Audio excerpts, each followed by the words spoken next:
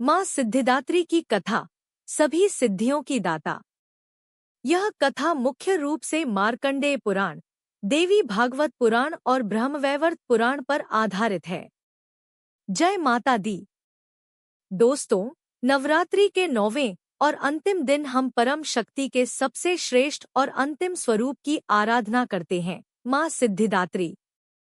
क्या आप जानते हैं कि क्यों देवी के इस स्वरूप को समस्त अनिमा, महिमा, गरिमा जैसी 8 सिद्धियों की दाता कहा जाता है?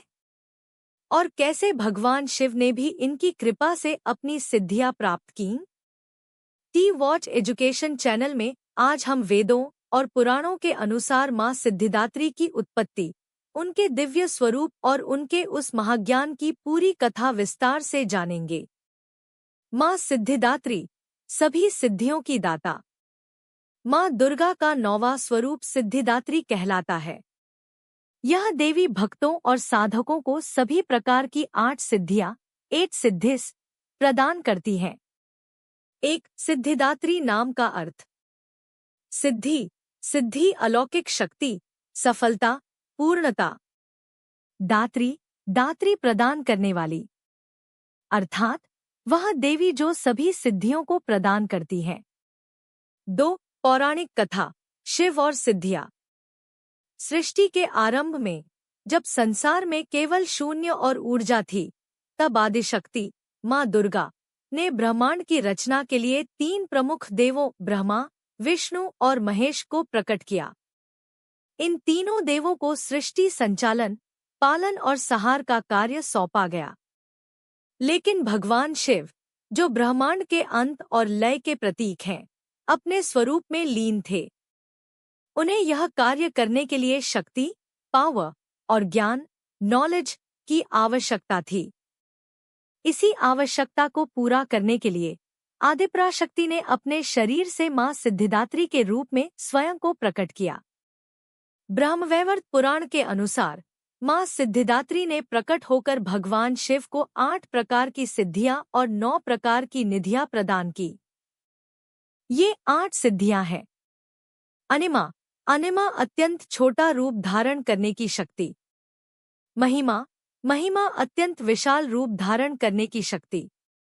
गरिमा, गरिमा स्वयं को अत्यंत भारी बनाने की शक्ति। लघिमा, लघिमा स्वयं को अत्यंत हल्का बनाने की शक्ति। प्राप्ति, प्राप्ति किसी भी स्थान पर पहुंचने की शक्ति। प्राकाम्य, प्रकाम्य किसी भी इच्छा को पूरी करने की शक्ति। ईशित्व, ईशित्वा ईश्वरत्व, प्रभुत्व या नियंत्रण प्राप्त करने की शक्ति। वशित्व, वशित्वा किसी को भी वश में करने की शक्ति। इन सिद्धियों को प्राप्त करने के बाद ही भगवान शिव का आधा शरीर देवी शक्ति से युक्त हो गया और वे अर्धनारीश्वर कहलाए। इसलिए यह माना जाता है कि माँ सिद्धिदात्री ही अर्धनारीश्वर के रूप की आधारभूत शक्ति हैं। 3 स्वरूप और वाहन। माँ सिद्धिदात्री अत्यंत शांत और प्रसन्न मुद्रा में कमल पर विराजमान रहती हैं। वाहन, उनका वाहन सिंह, शेर है। भुजाएं, उनकी 4 भुजाएं हैं। हाथों में वस्तुएं, वे अपने हाथों में चक्र, गदा, कमल और शंख धारण करती हैं। यह स्वरूप दिखाता है कि देवी भक्तों को सिद्धि, धन और मोक्ष तीनों प्रदान करने की क्षमता रखती हैं। पूजा का महत्व।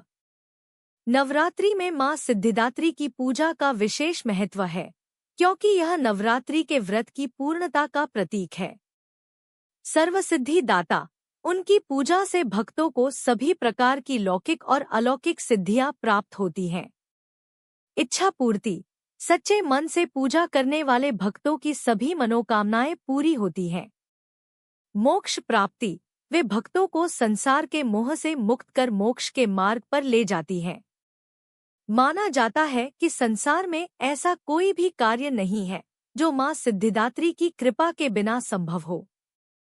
तो दोस्तों, यह थी सभी सिद्धियों की दाता माँ सिद्धिदात्री की अद्भुत कथा, जिनके आशीर्वाद से भगवान शिव भी अर्धनारीश्वर कहलाए। उनका यह स्वरूप हमें सिखाता है कि जीवन में सच्चा ज्ञान, शक्ति और पूर्णता प्राप्त करने के लिए अंतिम देवी की कृपा अत्यंत आवश्यक है। आप भी मां सिद्धिदात्री का ध्यान करें और उनके आशीर्वाद से जीवन में सफलता, पूर्णता और मोक्ष प्राप्त करें। अगर आपको यह कथा ज्ञानवर्धक लगी हो तो इसे लाइक करें, शेयर करें और हमारे चैनल टी वॉच एजुकेशन को सब्सक्राइब करना न भूलें। प्रेम से बोलिए जय मां सिद्धिदात्री।